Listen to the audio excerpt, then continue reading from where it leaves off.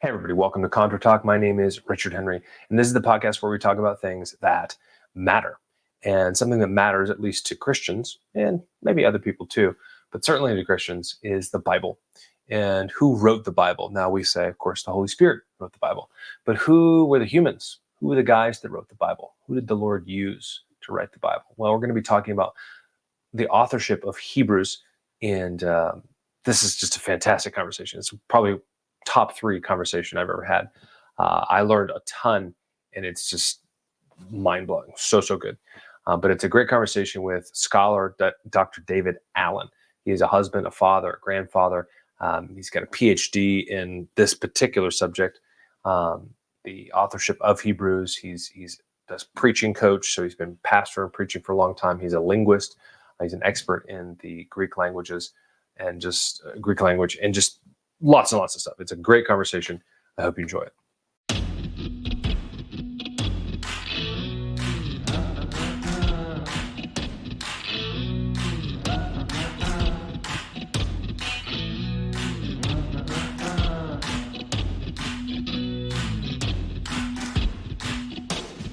All right, Dr. David Allen, welcome to the show, sir. How are you? Hey, doing great, Richard, and thank you for having me on. Yeah, thanks for coming back. This is the second time you've been on. You bet. Pleasure. Yeah. Well, we talked about the SBC last time, but you are far more than just an SBC guy.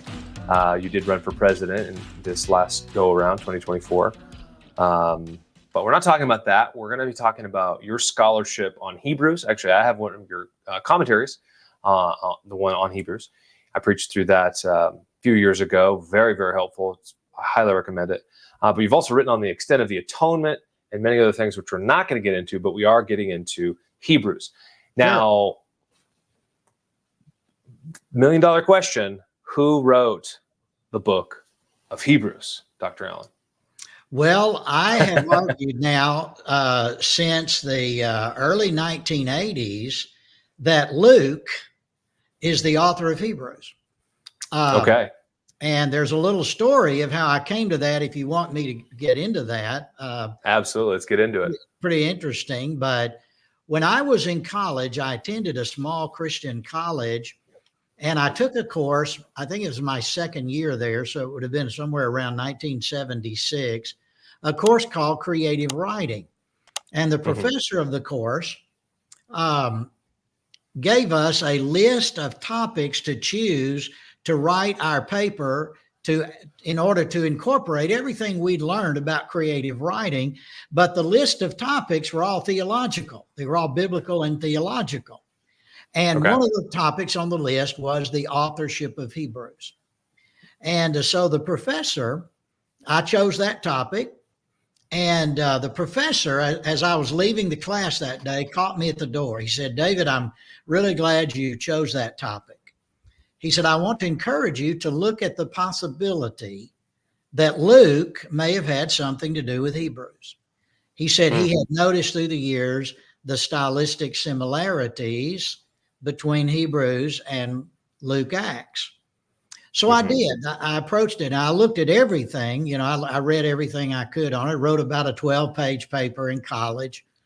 And I came to the conclusion that the best evidence for the authorship of Hebrews was not for Paul or Barnabas or Apollos, as are the 3 primary candidates that you hear a lot about, but rather Luke. And so in my research, I discovered that in church history, one of the earliest views on the authorship of Hebrews was Luke. One of the earliest, that's one of the earliest church fathers in the 2nd century said that Luke may be the author of Hebrews. The reason, he said, some up to this point have made that case. And the reason they did was the linguistic, lexical, and stylistic similarities between Luke, Acts, and Hebrews. Now, so I went on to seminary and PhD work, and ultimately I wrote my PhD dissertation on the Lucan authorship of Hebrews. Oh, okay. I didn't know that. Wow. And I argued that Luke was the author, and I used in the mid-1980s an early computer program that was capable of comparing the Greek text of books in the Bible.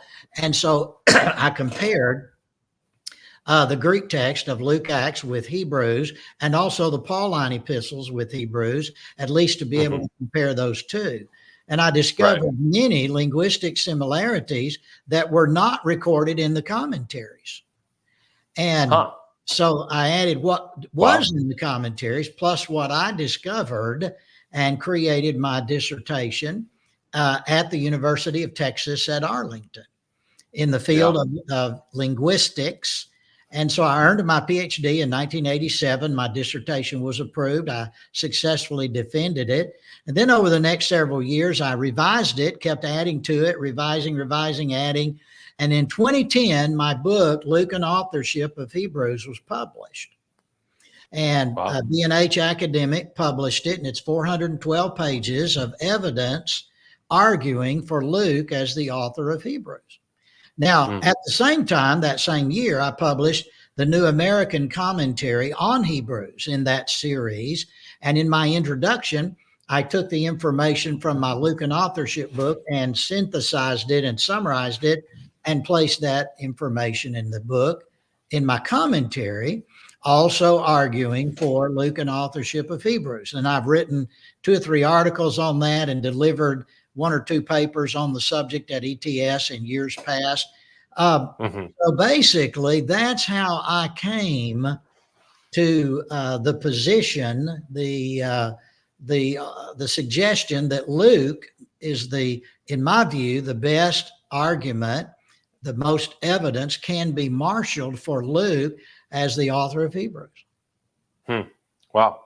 Well, that's it. That's case closed, everybody. Let's go home. No. So I remember, and we'll obviously get into it. I know obviously the order of the New Testament and the Old Testament for that matter, but New Testament proper, the story goes they put Matthew first because it was the favorite, right? Even though Mark was likely written first, right? Out of the 4. I always think it's funny, especially now after preaching through Acts after a few years, we have Matthew, Mark, Luke, John, Acts. I feel like Luke and Acts should be next to each other. We have John in the middle. That's up to me, or it's not up to me. But then you have all the Pauline epistles, right? Ending with Philemon. Then you have Hebrews, right?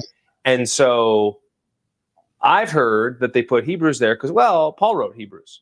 And I've even read some scholars and when I was preaching through Hebrews a while back, and at least 2 guys were like, yeah, blah, blah, blah. Older scholars, 50s, 60s guys. I like older guys if I can get it. And, Paul, blah, blah, blah, when he wrote Hebrews. It's just kind of, it was a matter of fact. And so, but you said 2nd century. You know who that was, the 2nd century church father?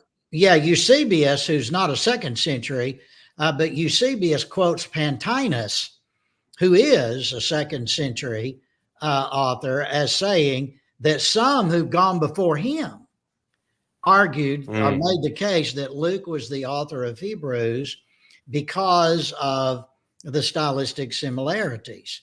And now there was another theory that was popular at that time, was that Hebrews was written by Paul and then Luke translated it into Greek. But scholars since that time have examined that and said, no, the original writing of Hebrews is not translation Greek. It's clearly not a translation. It was originally written in Greek, and the evidence of that's clear. And so you have that. Now, also early on, you have tentative suggestions by some people in the 2nd century and into the 3rd and 4th that Paul may have had something to do with Hebrews.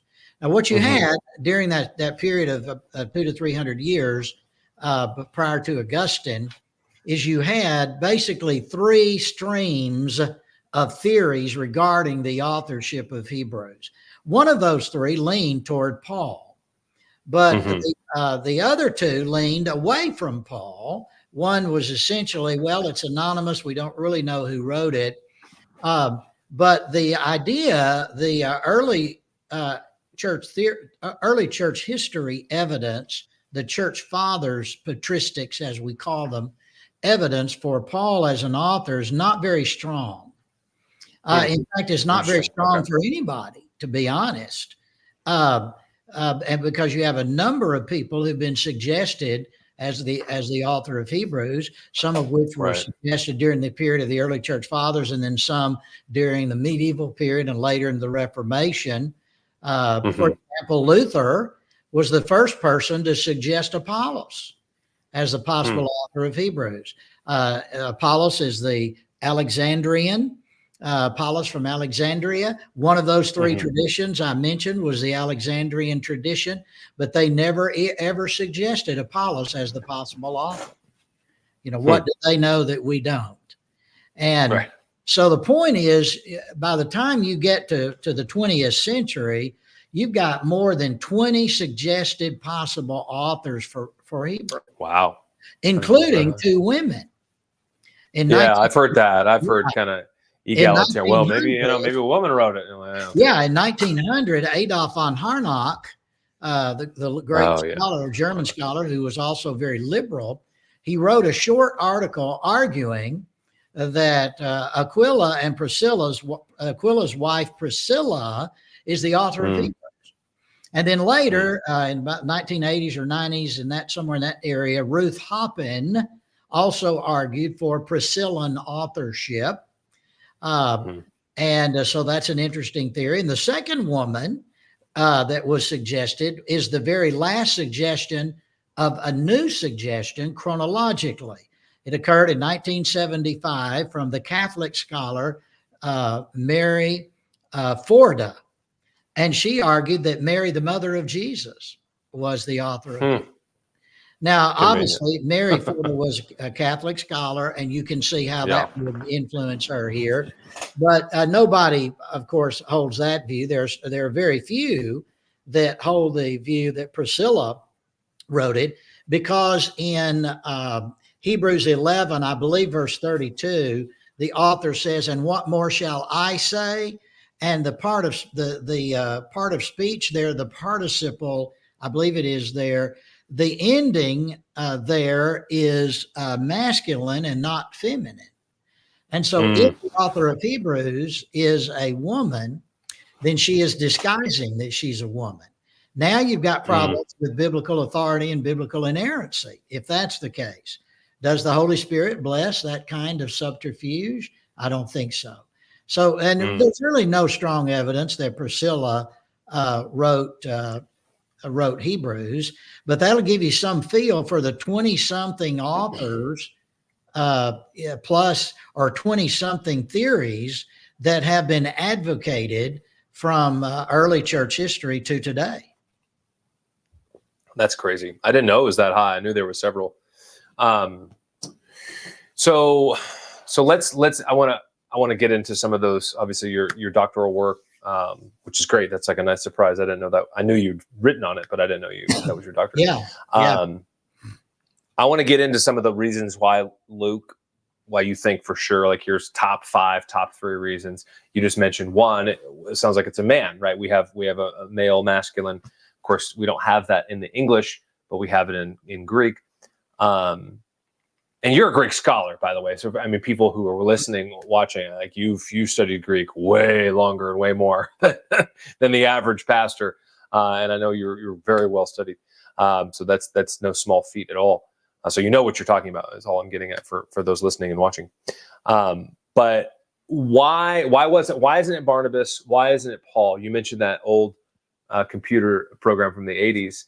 What did you find? Let's look at Paul and Barnabas. Those are the ones I've heard the most, besides Luke. I heard all 3 of those in seminary.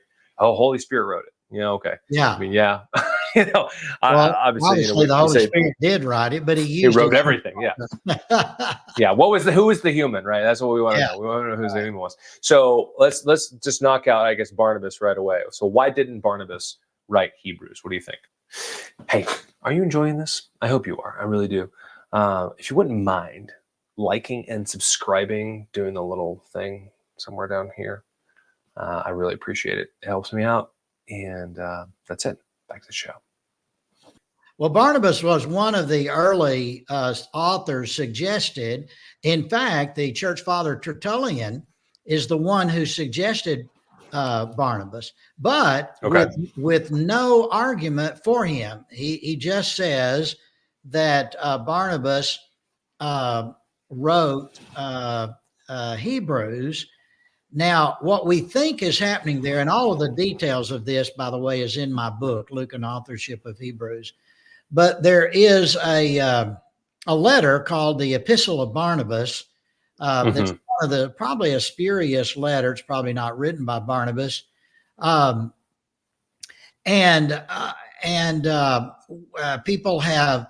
People think that maybe Barnabas got confused or confused Hebrews with another letter. And he doesn't argue for Barnabas as an author at all. But he's the only one, he's the only person who mentions Barnabas in the early church. And it's a one sentence mention. Now, here, certainly, given what we know about Barnabas in the New Testament, it is possible he wrote Hebrews. So let's just say that. Barnabas was a Levite, right? He was in the Pauline circle. Most scholars agree that whoever wrote Hebrews, if it wasn't Paul, it was someone in the Pauline circle, because Hebrews ends like a Pauline letter and even mentions Timothy. Right. Our brother Timothy. And so whoever the author of Hebrews is appears to be connected to the Pauline circle. Barnabas fits that. Barnabas, of course, was an early traveling companion with Paul on his first missionary journey. And so and Barnabas is considered, he's referred to in the old King James translation in the book of Acts, he's the son of consolation, more literally the son of encouragement. And the Hebrews, the author of Hebrews, mentions in chapter 13 toward the end, as he is signing off, he says, I have written to you this word of encouragement, And so people have said, aha, there's, we got a word of encouragement, and Barnabas is the son of encouragement. And so maybe Barnabas wrote Hebrews. Now, those are all of the arguments in favor of Barnabas. But the arguments against Barnabas are also several. Number one, to our knowledge, Barnabas never wrote anything, and certainly there is no writing of Barnabas that is extant that we could compare Hebrews with, like we can with Paul and Luke. And so that's a problem. If Barnabas is the author of Hebrews, and perhaps he is, but there's no other work he wrote that we can compare Hebrews with. And so that's a problem with Barnabas. Now, and that's a major problem. The other problem is, outside of the one sentence statement by Tertullian, no one among the early church fathers suggested Barnabas as a possible author. So that's number two. Now, this third one is a little more technical. You can get into the details in my book. But during the probable time of the writing of Hebrews, which I think was prior to AD 70, prior to the destruction of Jerusalem, during that decade prior to that, there was an argument and debate going on between the Levites and the priests in Jerusalem over the nature of the tithe. And the Levites took a certain viewpoint and the priests took a certain viewpoint. And what the author of Hebrews says about the tithe is not so much in line with where the Levitical priests or the Levites were making their argument. And therefore it becomes that is evidence that makes it less likely that Barnabas is the author. But could he have been? Absolutely. Is there any hard evidence that he is not the author? No. There is circumstantial evidence that he's not the author, but there's no hard evidence that would preclude Barnabas. Okay. Before we get to Paul, then I don't want to get into everybody. I mean, obviously, it sounds like most of them are just kind of suggestions anyway. Even Barnabas, who obviously Yeah. is, I think, in my mind, I've always heard top three besides Luke and Paul. But it doesn't sound like there's a lot there. Here are your top three. And Apollos, I guess. I've heard too. Paul, Barnabas, and Apollos are your top three. Now, oh, really? Okay. On Luke. Now, I have brought Luke back into the picture, and Luke is probably now in the top four. Okay. Because a lot of people have read my work on this and consider Luke a possibility, but really, up until 50 years ago or so, it was the big three were Paul, Barnabas, and Apollos. Now, if you want, we can briefly say why Apollos was suggested, but why I was just going to say, let's do Apollos, and then I want to ask you about the nature of Hebrews, like what it is, and then we'll get to Paul. Well, Apollos. So why not Apollos? Yeah. Apollos was the Alexandrian, and what is in his favor is Scripture's description of him in Acts and Corinthians is that he is a man who is mighty in the Scriptures, and he was a great orator. Now, whoever wrote Hebrews is clearly mighty in the Scriptures and also a great orator, because the book of Hebrews uses many examples. There are many examples of rhetoric that we find in Hebrews. Most scholars agree or believe, and I concur with them, that Hebrews is a written sermon. Okay. And it reads like a sermon. And there's a lot of there are examples of rhetoric in there. And so the idea is, here's Apollos, he's mighty in the Scriptures. The author of Hebrews quotes Scripture from the Old Testament left and right. Depending on who's counting, there are upwards of 26 to 30 quotations, maybe 32, and depending on what's a quote and what's an allusion. And so you think of Apollos there, but those are the evidences in favor of him. And he is a member of the Pauline circle. That's the other evidence, circumstantial evidence. But the problems or the evidence against Apollos is, number one, no church father in the early church patristic era, AD 100 to 600, nor any medieval scholar up until Luther, no one ever thought about suggesting Apollos. There's zero evidence, evidentially, or historically, that Apollos wrote Hebrews. Luther was the first to make that suggestion. So that becomes a problem. Also, there are no extant writings of Apollos. We have no way of comparing Apollos' writings with the style of Hebrews. And so that, again, that doesn't preclude him out of hand, but it makes it more difficult to argue for Apollos as the author of Hebrews. So for most of these, for reasons like this, Apollos is a theory that is possible, but I don't think Apollos is probable. Okay. Yeah. Gotcha. So you mentioned Hebrews is a sermon. I've heard that. It does read like a sermon. I'm certainly not a Hebrew expert by any means, but I've read it a bunch, right? Preaching through it. And it is, there is very much an imploring. Now, a lot of Paul's letters are like that too. John's letters, and in one sense, all the New Testament, really. I mean, there's a reader implied, and therefore you're having that. But it also, I think, a couple things, and you could speak into this if you want. He says somewhere. I'm butchering it, but he's quoting David, right? And he's quoting one of the Psalms, but he doesn't say. One somewhere says, right? Yeah, exactly. I think that's the first couple chapters. Sit at my right hand until I make your enemies a footstool for your feet, right? That's also there. And so it seems like you're just kind of having a extemporaneous sermon. He's kind of maybe going off. He's oratory, like you're saying. Maybe he's reading from little notes. Who knows how much paper they had, right? But it seems like a sermon. So beyond Hebrews, what is the nature of Hebrews? I mean, what's the overall summary? You're going to tell somebody you're writing about the book of Hebrews. You got an hour plane ride. What are you going to tell them in 5 or 10 minutes? What this book's about?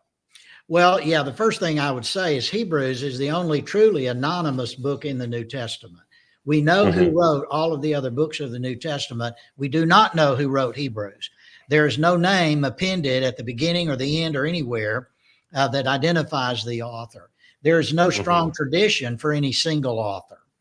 And so Hebrews is the only truly anonymous book in the New Testament. From that standpoint, it is the sphinx of New Testament literature. Okay. Clearly, one of the great themes of Hebrews is the high priesthood of Jesus. And that is obvious from top to bottom in Hebrews. It's not the only theme, but it is one of the major themes, is the development of the high priestly work of Jesus and how it is that he is our high priest who inaugurated a better covenant, a new covenant. And he's a high priest who's superior to angels. As you develop the list, begin with Hebrews 1 and work your way through, Jesus is superior to a number of entities. The term better, don't hold me to that. I don't have my book open here, but I think the term better occurs either 11 or 13 times in Hebrews, and it's always in comparison with Jesus. Jesus is better than the angels. He is better than Moses. He is better. He's inaugurated a better covenant. He is better than Melchizedek, et cetera, et cetera, et cetera. And so Hebrews is developing the theme of the high priesthood of Christ and therefore his atonement. The atonement of Christ is a critical part of the book of Hebrews. I would point people that Hebrews, the central section of Hebrews 7:1 through 10:18, is pure teaching. It's all doctrine. It's all teaching. There are no command forms in that section. However, also I would tell people Hebrews is famous for 5 warning passages. And these are notoriously difficult to interpret. The first one is chapter 2, verses 1 through 4. The second one is chapter 3, verses 7 through 11, or maybe it depends on how far you want to go with it. Some take it to the end of chapter 3 to verse 19. And then the middle one, the third one, is Hebrews 6, 1 through 8. And then the fourth one is Hebrews 10, 26 through 31. And finally, Hebrews 12, 25 through 29. These are the 5 warning passages. And they're so strong in their statement that there's great debate over who is the author referring to. And this is a part of if I'm going to give you people a summary of Hebrews, you've got to explain to them that there are the warning passages there. And there are 4 different interpretations, major interpretations there, depending on were they written to save people, were they written to unsaved people, and whether loss of salvation is a possibility or not a possibility. All of that, by the way, is in my commentary on Hebrews. They can read that section and get a detailed argument. I have almost 50 pages on Hebrews 6, 1 through 8 in the commentary. It's probably the most detailed discussion of that pericope in any commentary on Hebrews, certainly in English. And so that is an aspect of it. The other thing is Hebrews rotates, or like wave, trough, between teaching and then exhortation and then encouragement, and then more teaching and then exhortation or warning and then encouragement, and then teaching, exhortation, warning, and encouragement. Therefore, the structure of Hebrews is heavily debated. It's not as easily identified as it is with most of the other Pauline letters. The structure of Hebrews is rather complicated. And so then I would talk about the Hebrews' use of the Old Testament. This is a factor in the book of Hebrews. There are many, many quotations, at least around 30 quotations in Hebrews, virtually every chapter. Hebrews is the book that also develops the new covenant language that we find in Jeremiah chapter 31, verses 31 to 33. Hebrews chapter 8 quotes that new covenant and says Jesus is the new covenant. He's the inaugurator of the new covenant, and therefore the Mosaic covenant is now obsolete. Hebrews is the book in the New Testament that compares and contrasts the Mosaic covenant with the new covenant, concluding that the new covenant is now the covenant in vogue with the death and resurrection of Christ, which inaugurated it, and that the old covenant is no longer valid. And so this is a major part of Hebrews.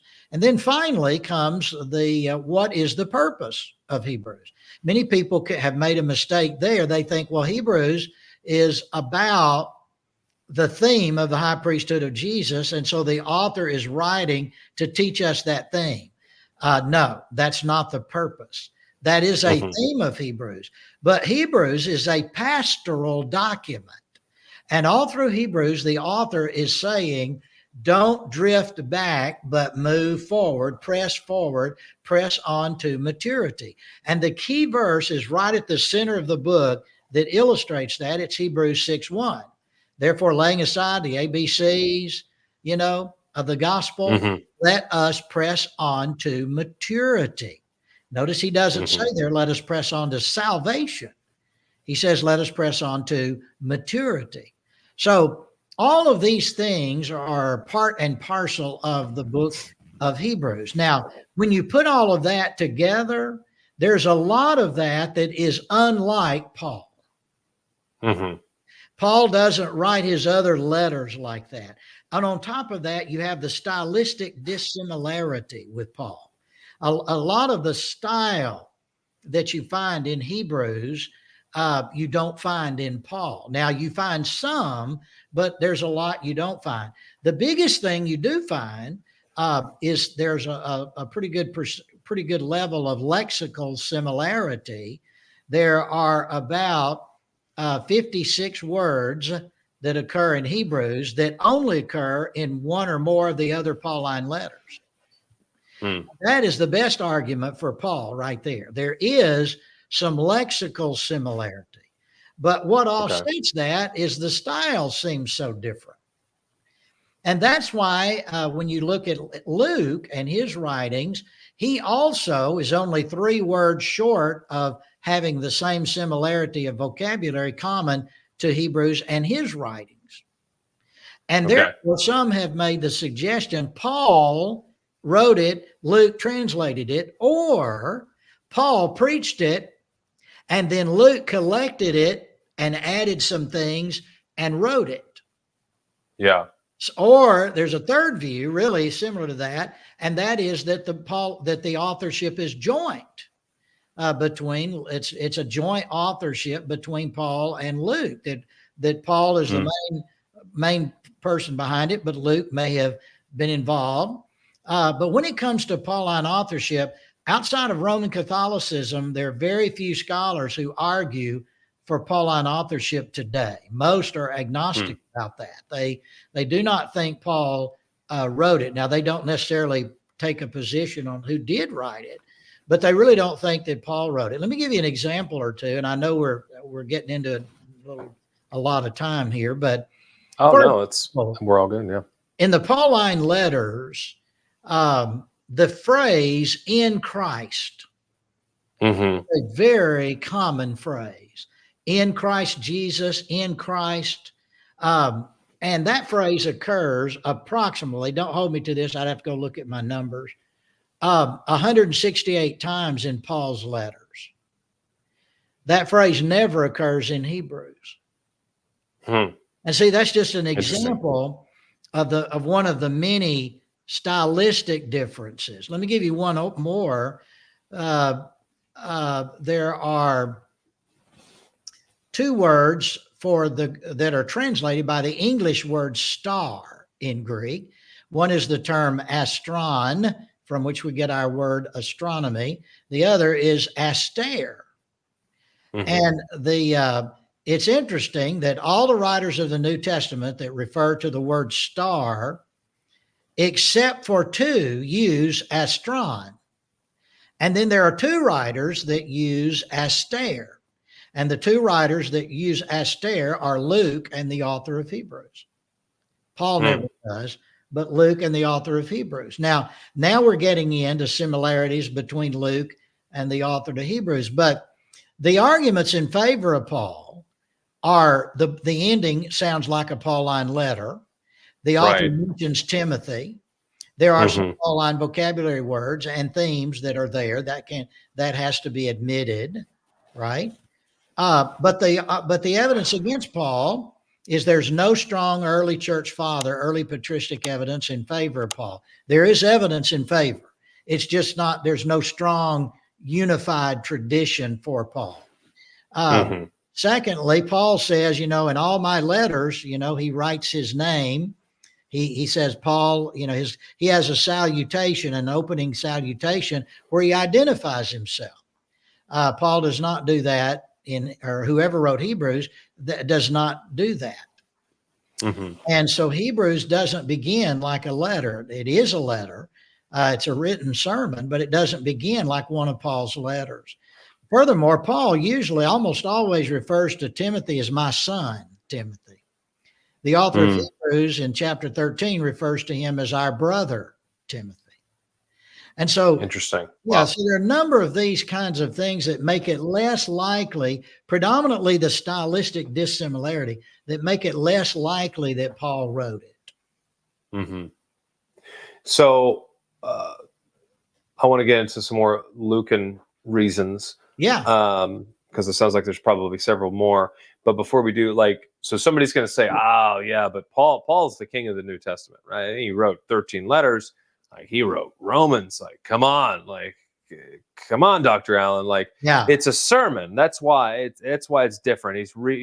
And somebody just wrote it down, or they wrote it down, then Paul collected it later, or something like that. How do you answer that? Because again, there are those few. Sure. You've preached for a long time. You do preaching coach if you ever need preaching. By the way, for those listening, you do preaching coach, pastoral ministry. There it is. You've done a million things. I love it. But us preachers, we'll say something, and it says in that Psalm, the Lord is my shepherd, and you can't think of Psalm 23 at the moment, but you say it, but you don't really cite it, and it's kind of cloudy, but people track with you. Yeah. And so that happens a couple of times in Hebrews. Now, I guess my question personally, and this is my show, so I'll ask it, but why would you not go back? Say Luke's writing down Paul's sermon, for example, take that scenario. Why would you not go back and edit that and say, Psalm 56 or, Psalm 23, whatever. And those few parts. And now I know maybe it's because it's first century is very different than ours. We're very exacting. We want evidence and proof and things. Yeah. I don't know. How do you answer people like that who say, oh, well, it's a sermon, Dr. Allen, it's different. It's not, he's not sitting down and writing, either speaking to, a scribe or a secretary. Well, it's a sermon somebody wrote down. Yeah. What do you got? Well, the first thing I would say to that, which many other scholars have also said, what are the letters of Paul? They are clearly letters, but they are sermons. They are what Paul would preach to the church if he were there in person. Okay. So the letters of Paul are essentially sermons as well. Interesting. Okay, sure. Yeah, so that's the first thing. But secondly, the other part of the problem there, or the answer to that objection, is even with that, the stylistic dissimilarity is so strong that it makes it less likely that Paul is the author of Hebrews. Now, it doesn't mean Paul can't be the author of Hebrews. My friend, Dr. David Allen Black, a professor emeritus, distinguished professor of Greek at Southeastern Seminary. I believe he still is at Southeastern. I don't believe he's retired. Dr. Black has written a great series of articles arguing for Pauline authorship. He's one of the few Protestant evangelical scholars that still argues for Paul, but he makes a good case. But he also thinks that Luke was may be very well connected in the process. And so you get that kind of situation. But back to your question about the way the Old Testament quotations are introduced in Hebrews, let me give you another example. Most of the time that Paul quotes the Old Testament in his writings, he uses gegraptai in Greek as an introductory formula for the quotation. Gegraptai is translated, it is written. Okay. Right? The author of Hebrews never uses gegraptai. He uses some form of lege, which is the verb to speak or to say. And now I think there are rare occasions when Paul does that. I'd have to, again, all this is in my book. I'm just not looking at it to remember. No, I've that's been fine. writing some other books lately, so I haven't gone back and looked at all this. We'll just have to read it. Yeah, Everybody has to go get it. Yeah. So, but twice in Hebrews, you read one somewhere says, but guess what? You read that also twice. I believe it's twice in the book of Acts. Mm-hmm. Yeah, it's there in Acts, and Luke is recording Paul's sermons there. And Right. at least on one of those occasions, Paul uses that terminology or that kind of a way of introducing. He doesn't give you, as Isaiah said, or as it's written in Moses, but that, by the way, becomes one of the evidences that can be used stylistically in favor of Paul.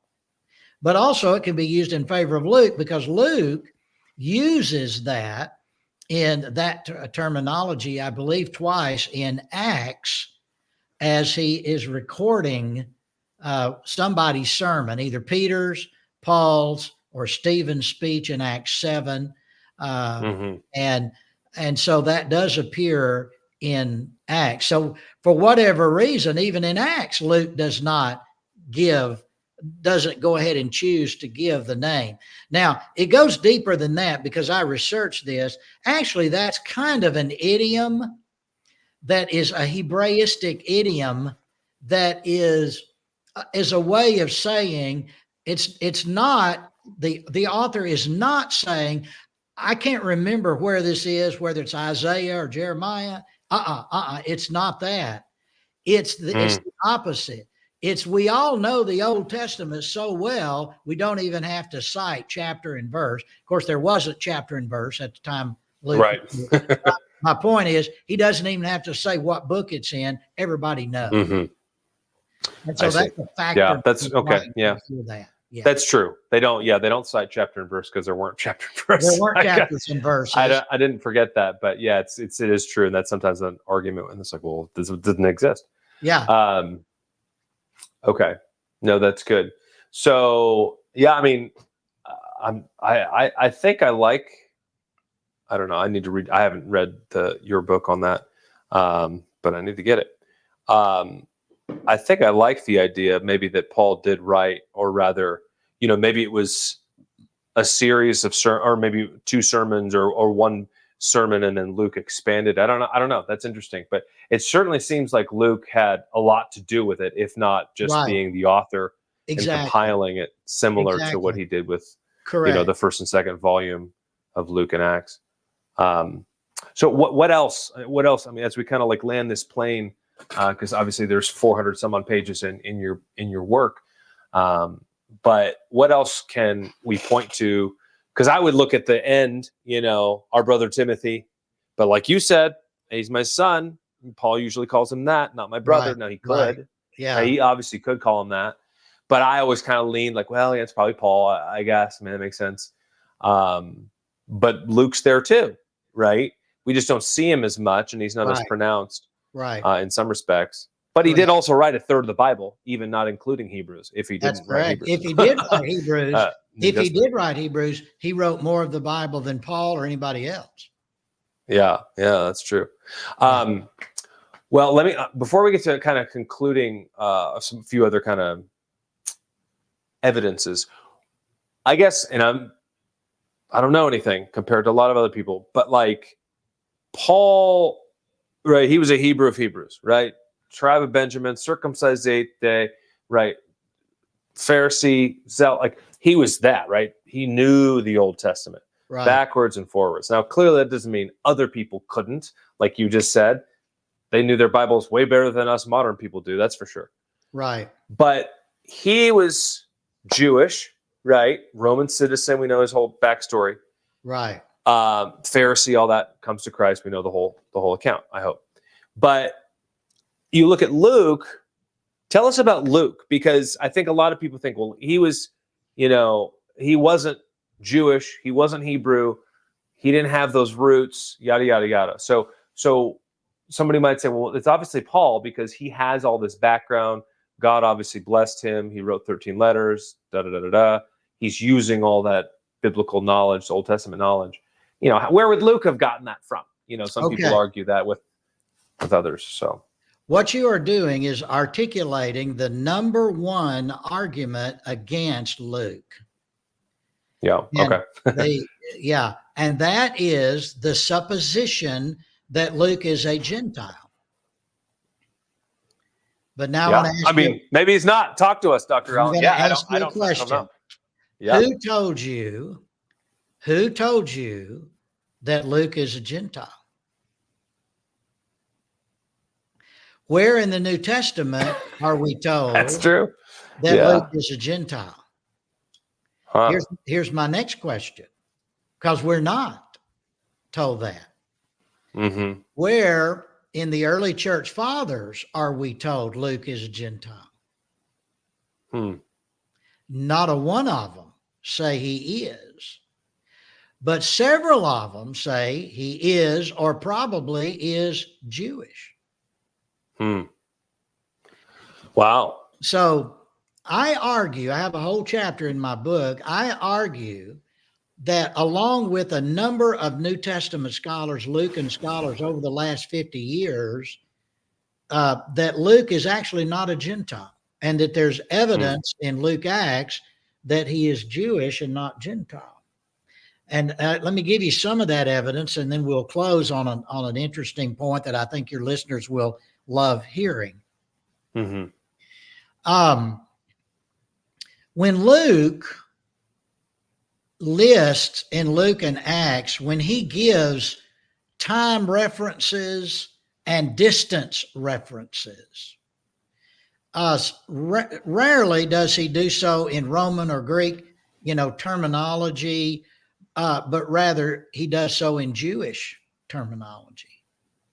And on top of that, in the book of Luke and Acts, Luke has especially an interest in Jerusalem and the priesthood. Luke says more about the priests in Luke's gospel than the other three gospels do. Wow. I'm going to show you one example in a minute. And then in the book of Acts, Luke is very interested to record what's going on with the priests. Negatively, usually. And also remember, it's Luke who records in Acts chapter 6, verse 7, that a great company of the priests became obedient to the faith. Luke historically tells us that many priests were converted to Christianity. Wow. Now, you have been told that Luke, we all know Luke wrote Luke and Acts, either dedicated or wrote to a single individual, predominantly named Theophilus. Now, who is Theophilus? Well, Theophilus, it's a Greek name, lover of God. And so he's probably a Gentile, maybe a Roman official, because the honorific title is given Most Excellent Theophilus. So maybe he's a Roman, somebody who's a bigwig, a Roman bigwig somewhere. Okay, certainly possible. But what if I told you that Josephus, in his works, Jewish Wars and Jewish Antiquities, I forget which one it is now. I have to go back and look. All this is in my book. that Luke gives a chronological listing of the names of the high priests in Jerusalem from the Maccabean period, 167 BC, to the destruction of Jerusalem in AD 70. Josephus gives us 200 years, a record, a chronological listing of all of the names of the high priest. What if I told you that the name of the high priest in the listing, Josephus's listing of high priests, from AD 37 to AD 41, the name of that high priest was Theophilus. Theophilus. No, really? Absolutely, really. Now, here's the interesting thing. What? We now know that many of the Jewish aristocracy, which would be the priestly group, had two names. They had a Hebrew name and they had a Hellenized Greek name. Well, that's what Paul did, right? Saul and Paul, right? Saul he didn't change his name. He just went by. John and Mark. Yeah. Right? So you've got examples of this. This was a common thing. Wow. And so obviously Theophilus had another name, a Hebrew name.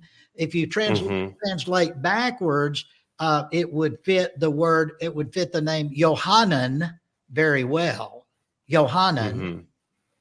But obviously you can't have a Gentile who's a high priest, but yet Theophilus is a Greek name. So you've got at least one high priest who carried that name, and he was high priest from AD 37 to 41. Now, look at that chronology. That is just a few years after the death of Jesus and the founding of the church in Jerusalem. Now, here's more of the story. Here's more of the story. Theophilus did not vacate. Theophilus did not vacate the office by death. Most high priests serve until they die, but a few were forced out. And Theophilus was booted out of office by Herod Agrippa for reasons unknown in AD 37. I'm sorry, in AD 41. He reigned from AD 37 to AD 41. Now, what was happening during that period? The spread of the gospel and the conversion of many priests to Christ. Now, whoever Theophilus is in Luke and Acts is a Christian. Right. All right. So I make the case, granted you can't prove it definitely, I believe Luke is writing to that high priest who was deposed in AD 41 by Herod Agrippa. Theophilus in Luke Acts, you're saying? In Luke Acts. Okay. Theophilus was the third of the 5 sons of Annas. Yeah, we know who Annas. is connected with Caiaphas in the New Testament. This is all in the family. And so Theophilus, we don't know, but for whatever reason, Herod Agrippa kicked him out. Now, what if Herod Agrippa kicked him out because he was too lenient on the Christians, or what if he himself had become a follower of Jesus? You can't remain in the high priesthood. You'd get kicked out, and that could be what happened. And so now couple that with Luke's intense interest in the priestly language and the priesthood in Luke Acts. Okay. Now let's do 2 more and we'll be done. Right.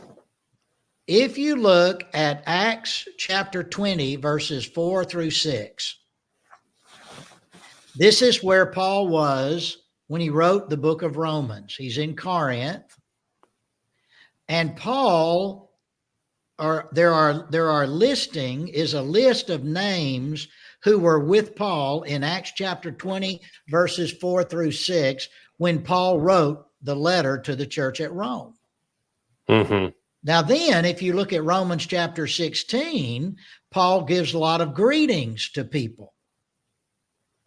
He hasn't been there in person, but he knows some people there. And so he sends greetings to certain people.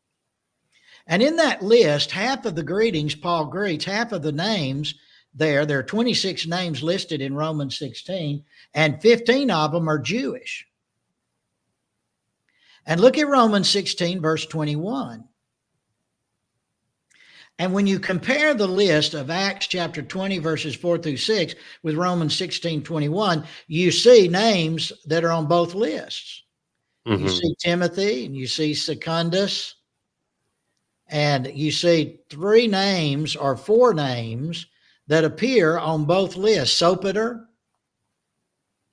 is on both lists. Now, what's this? In the Romans list, there's someone named Lucius. Oh, yeah. All right. And notice how Paul identifies Lucius as my kinsman.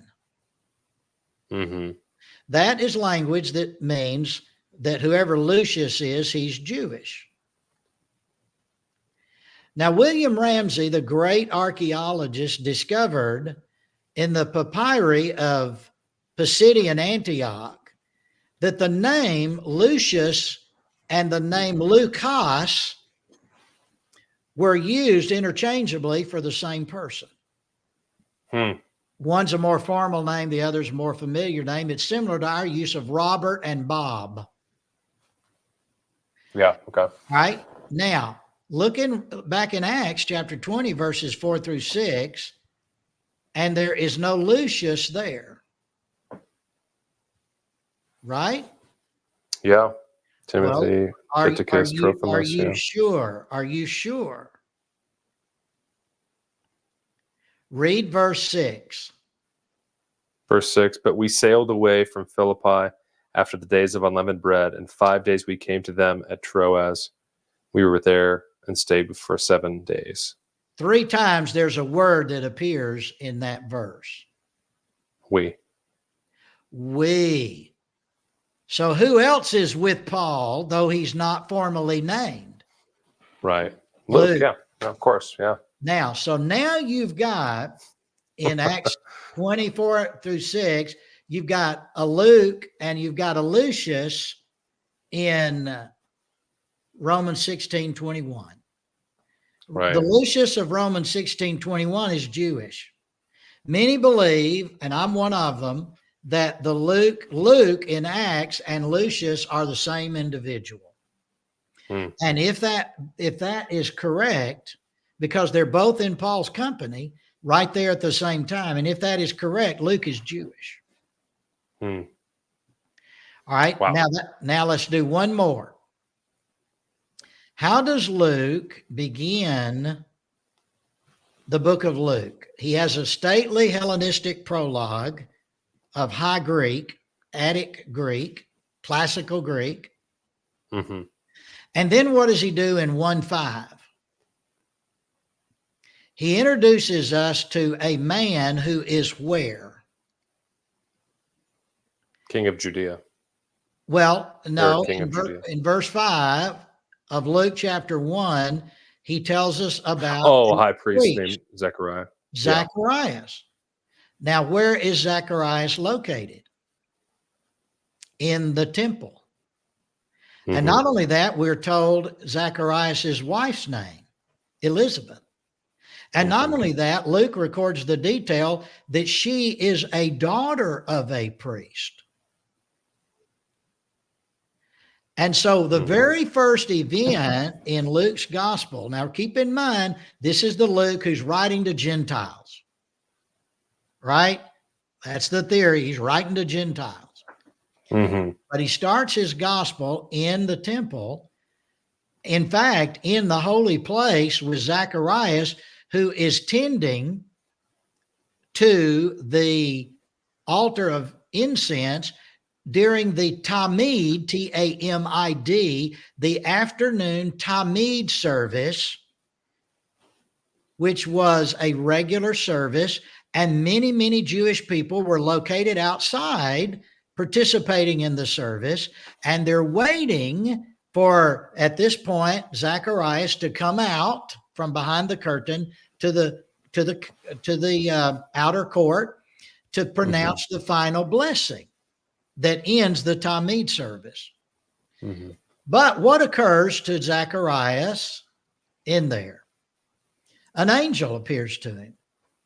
And what does the angel say? You and your wife, though you're both old, and she's barren, you're going to have a child, and he'll be the forerunner of the Messiah. This, of course, is the promise of the birth of John the Baptist.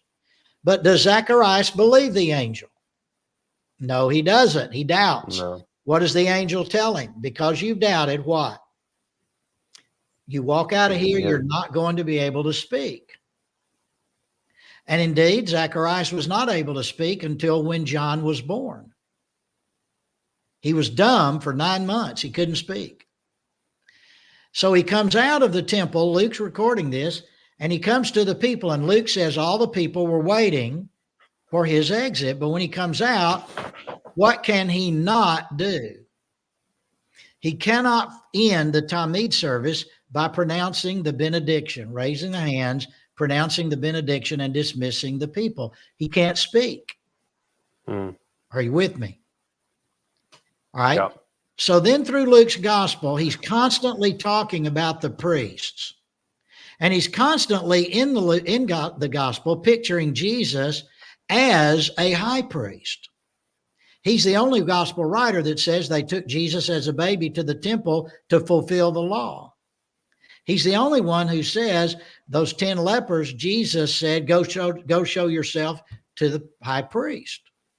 Mm-hmm. He's the only one in the upper room to quote Isaiah and to use priestly language for his coming death. And he's the only one, Luke's gospel records that when Jesus ascended in Luke chapter 24, verses 51 through 53, the last 2 or 3 verses, what does Luke record? Jesus led them out to the Mount of Olives. And what did he do? He lifted up his hands and he blessed them, and he was carried into heaven. Now that phrase, he lifted up his hands and blessed them, is an exact quote of the high priestly blessing in the Old Testament in Greek, in the Septuagint. It's an exact quote.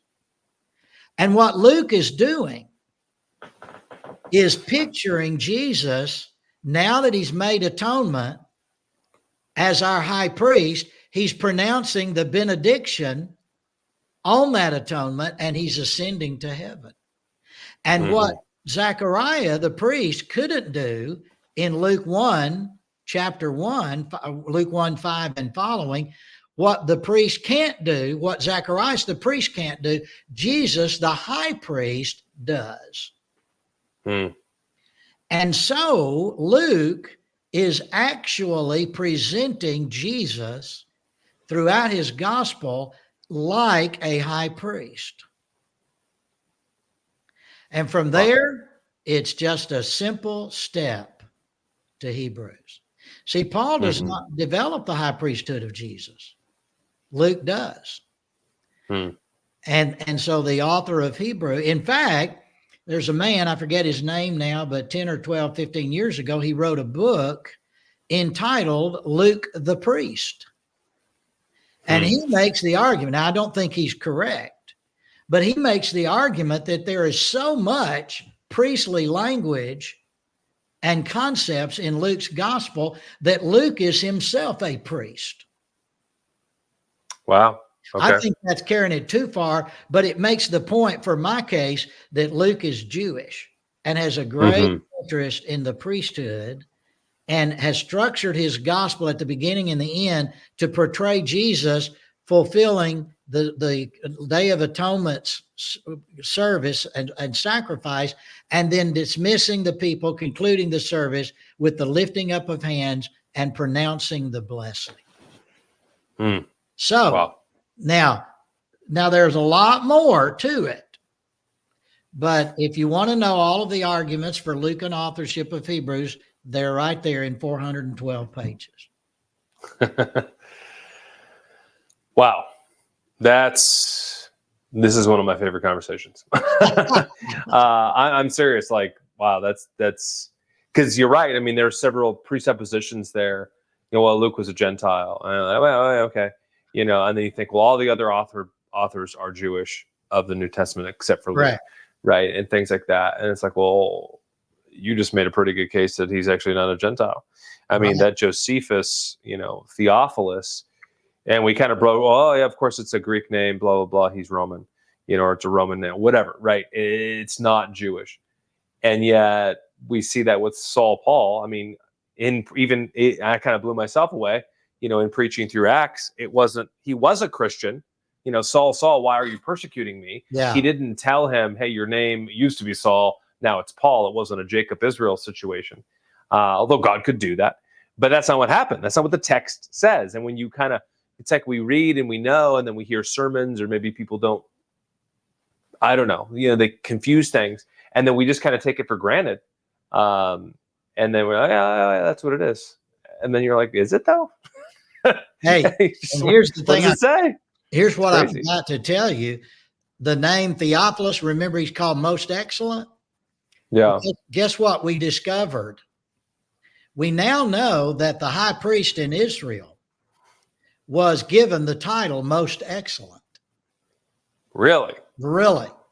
So, wow. I've never heard that. Wow. And he carried that title even after his priesthood ended. If he did not die, if he continued, he still was referred to as Most Excellent. Wow. Yeah. So there's all kind of reasons why it is at least possible that Theophilus was a former Jewish high priest. Oh, and here's the last thing I forgot to mention. Who booted him? I told you who booted him out of office, right? Herod Agrippa. Yeah. What does Luke do in Acts chapter 12 that's very unusual? He gives a detailed account of the death of Herod Agrippa, which would be of interest to Theophilus, who was booted out of office by that very man, if Luke is writing to Theophilus, the former priest. Immediately the angel of the Lord struck him down because he Right. did not give God the glory. He was eaten by worms and breathed his last. Yeah. I mean, gross. 10, 12:23. Yeah. Exactly. Wow. You blew my mind, Dr. Allen. Well, wow. So at any rate, my point is there's actually a lot of evidence linguistically and biblically and circumstantially that Luke may be the author of Hebrews. Yeah. Wow. Well, this is great. I think we'll land the plane there, but everybody should go get your book, obviously. I now need to, for sure. I think I might have it, but I might not. I know I've not read it. That's for sure. Yeah. Where can people find you? I know you're busy with lots and lots of things, but Twitter or website, or what are you keep busy with now? They can find me on Twitter. I always have to look. I always forget my own Twitter. Isn't that terrible? Me too. At Dr. David L. Allen. Okay. That's Dr. That's Dr. At Dr. David L. Allen. That's Twitter. You can get me on Facebook at Dr. David L. Allen, I believe, or it's David Lewis Allen. It's one of those two. I forget. You can get me on my preaching coach. I'm at preachingcoach.com. You go to my website there and find out all of the ministries that are available to pastors and Bible teachers at preachingcoach.com. If anyone wants to contact me directly, they can email me at my direct email, which is david@preachingcoach.com. Preaching Coach is one word, david@preachingcoach.com. And then also I have a website. I think it's drdavidlallen.org. Let me check that just to make sure. David L. I don't want to give somebody the wrong stuff there. It's either that or it's there it is. Yeah, drdavidlallen.org, O-R-G.